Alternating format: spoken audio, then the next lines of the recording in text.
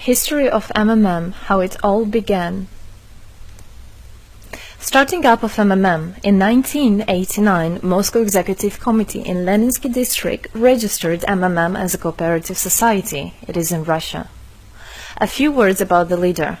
The MMM Cooperative Society was founded by Sergei Mavrodi and was one of the leading computer equipment distributors in Russia. Sergei Mavrodi, having a degree in maths, worked as a programmer and took part in the development of the first operating systems. A few words about his decision to make his own company is the fact that having worked as a simple worker from 8 to 5, he understood that freedom is the most important for him, because that work of 8 to 5 is literally a slavery. At any point, at any time, the company can throw you out and you'll be left without nothing, although you could have worked in that company for years and years. So he realized it. This is why he decided to create his own child, and he knew whatever his efforts will be, it will come back to him in form of dividends and income. Free of charge travel campaign. In 1992, the brand became universally recognizable after Mavrodi offered several times to all the residents of Moscow a day of free of charge travel in metro, Moscow subway. Pretty smart. Birthday of MMM. On October 20, 1992, the joint stock company MMM was registered. In fact, it is a birthday of MMM in the traditional form in which people got used to consider it. The shares of MMM on sale. February 1st, 1994, the shares of MMM went on sale, and people immediately began to buy them. Moreover, the company willingly bought them back on a new, higher rate, which grew very fast at about 100% per month. The company's principle today is always more expensive than yesterday worked perfectly. Few words about that. Why did he do that? As you might know, in 1991, the Soviet Union fell. So if until at the time of the Soviet Union, everything that there was in the country, like properties, different companies or whatever that was bringing some goods, was national. So any person of the country was entitled to have a share of that production, of that company. Everybody was equal. But when the Soviet Union fell, what it meant is that all the companies, all the properties had to be privatized. So you can imagine there is a company, a huge company. People worked there for years and years. And at one moment there comes a person and says, all that is mine. Yes, this was the case, and obviously that information, that laws about the fact that it was possible to privatize was kept only for a small group of people for obvious reasons. So a simple worker who worked in that company for years and years or all his life didn't know he can actually come and say by law that that is his. So what genius idea Sergei Mavrodi had is to sell these shares to gather the money of the people, and with this money to buy those companies. So basically, if a person has an MMM share, he would have had an exact share from the company that Sergei Mavrodi bought. For example, a company from oil and gas or something else. Obviously, he knew perfectly which companies are worth it and which companies were not. There was quite a battle there. So as you can see, his idea was great, but let's see what happens. Government is trying to hinder MMM's activities. Surprise, surprise!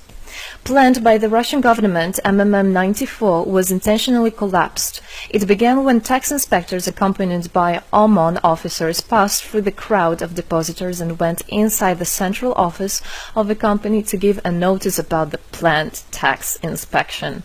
Right. So obviously, the small group of people that I was talking about is the government people, is the people that have connections and so on, and they wanted obviously all that money, all those properties to be kept in their hands.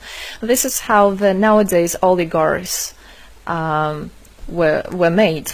At that moment they had nothing. In one day they got loads of money, and now you can know them as very rich people who made their money on the back of a nation. So obviously they did something just to provoke some panic going through the crowd. Obviously, for any financial institution, a panic is really bad.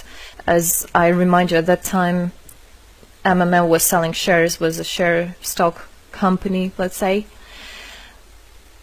Mavrody's arrest.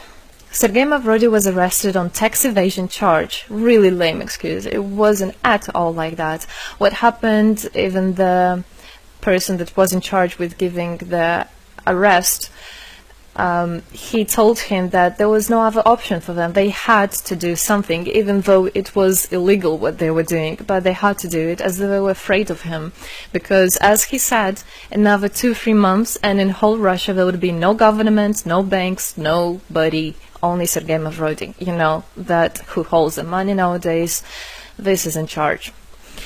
So he was arrested, and his arrest was broadcasted live on all TV channels, obviously to show off more, to show people how bad he is, and actually the government didn't do anything wrong.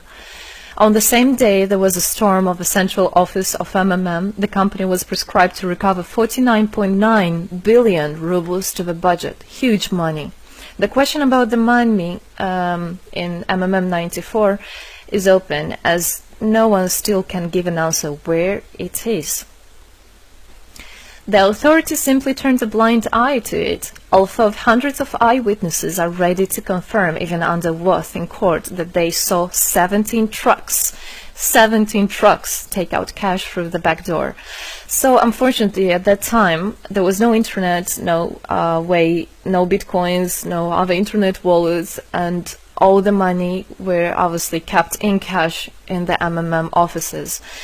And the government took advantage of it. They just came, took it out, and then they said nothing. They just, moreover, they didn't say where the money went. They even made the way to make people believe that Sergei Mavrody was the one who took all those 17 trucks of money and disappeared. But obviously it wasn't the case. It was a simply lame excuse. Demonstrations against state authorities. August 1994. Thousands of MMM depositors affected by the artificial collapse of the pyramid protested and demanded to set Mavrody free. Actually, Mavrody could have used his powers and do huge, bigger protests, but he decided not to do that, as that would made as obvious a different protests of this type. It could be people injured or even killed, so he decided not to use people in this purpose. It was very noble from him to do that. MMM leader became a deputy. However, he found a way to get out of the prison. Being imprisoned, Sergei Mavrody had managed to register as a candidate for a deputy of the State Duma and was released from prison. He won the elections by a landslide and became the deputy of the State Duma of the first convocation. So, as a deputy in Russia, they have privileges. This is why, becoming a deputy, he was set free. The State Duma is against Mavrody. Surprise, surprise! The State Duma deputies deprived Sergei Mavrody of his deputy plenary powers due to his permanent absence at the Duma's meetings. That incident was the only one in New Russia's history. Sergei Mavrody wasn't interested at all in politics. It's not, he hates politics, as he said it many times. So he became a deputy only for the reason to get out of a prison. That's it. He wasn't interested to go to their meetings, as he himself considered as well the people there as being quite silly and not worthy to spend time with. But this was another lame excuse for them to deprive him by saying that he is absent. A candidate for presidency. The Central Election Commission registered the authorized representatives of the initiative group that had nominated Mavrody as a candidate for the president of Russia, but subsequently rejected a significant part of the signatures in the support of a candidate, and his registration was renounced. So, for obvious reasons, they did that again. They weren't interested into having a fair president, a fair leader on top of their head. Revival of MMM, January 2011. Sergei Mavrody renounced launching a new launching a new project of MMM 2011, Together We Change the World. Previously, there were simply no analogs of similar systems in the world. The film about MMM, the launch of a project fell in the same time interval with the release of Russian film about MMM Pyramid, the plot of which is based on the eponymous book in which the history of MMM is disclosed by Sergei Mavrodi. So he wrote a book, and there is a movie which I highly recommend you to watch. You can find it online on YouTube. MMM is building a new, fair financial order. June 2012, the activity of MMM made a lot of banks collapse and a huge outflow of funds from deposit accounts happened. The system numbered more than 35 million members at the time. For obvious reasons, the fight against the system started. It suffered the same fate as MMM 94, eventually collapsed. So what happened? A lot of banks, as I already said, had a huge outflow, and another minus of the system of that time was that it wasn't really quite a community, because the money was still kept by the managers in MMM. So it wasn't the same idea as it is now, comparing it now, where people exchange money between themselves. You don't need to put it in a central account. At that time there were central accounts, and it was again used by the banks. They simply blocked those accounts that they identified as being of MMM and took all the money away, and that's it. There were no other discussion about that. Again, huge loss of money. People lost a lot of money. Sergei Mavrodi didn't get all of them. It was again the banks that took the advantage of it. MMM 2012 is just the beginning. I'll be back. Sergei Mavrodi announced the launch of a completely new MMM, World Mutual Aid Fund, MMM community. It speeded up since the first day, showing crazy dynamics on new members' registration. It has been decided to send 10% of the whole turnover on payments to the affected members of MMM 2011. So again, another genius idea. In order not to make central accounts, in order not to gather the money somewhere, now the money are spread directly between participant itself. You can just check in your account online whom you should transfer the money to. So MMM now is connecting all the people between themselves in exchange, so they can exchange the money and get benefits of it. It's amazing and it's crazy, but it is true. MMM is growing. Some short facts. 2012, MMM started its development in India. It had great, huge developments. 2012-2013, following India, MMM Bangladesh was launched as well. 2013, MMM Indonesia was launched. 2014, MMM Hong Kong. And it's not the end. MMM Global, 2014. MMM Global started up in the spring 2014. It is a voluntary network, a community of millions and millions of people from more than 100 countries worldwide. So there is already MMM settled in Argentina, Brazil, Philippines, Hong Kong and other, and all the rest of people in the world from all the countries of the world are able to participate as well. So they rebelled against the financial slavery and combined their money for this purpose. So how it is possible? MMM, the Republic of Bitcoin. Bitcoin is another genius idea to set the world free. For MMM Global participants' convenience, there were some 20 ideas on funds transfers implemented. From now on, all the countries where you can buy and sell Bitcoins can be registered in a branch of Free People of the Republic of Bitcoin. Thus, there is no barriers to develop MMM in small countries due to their restrictions on the international bank transfers. Banks. This is not something that we would want to use, as the banks can anytime put restriction on an account or even block an account and take all the money. Yes, the banks can do that. Read better your contract. So, Bitcoins is really genius idea to do that.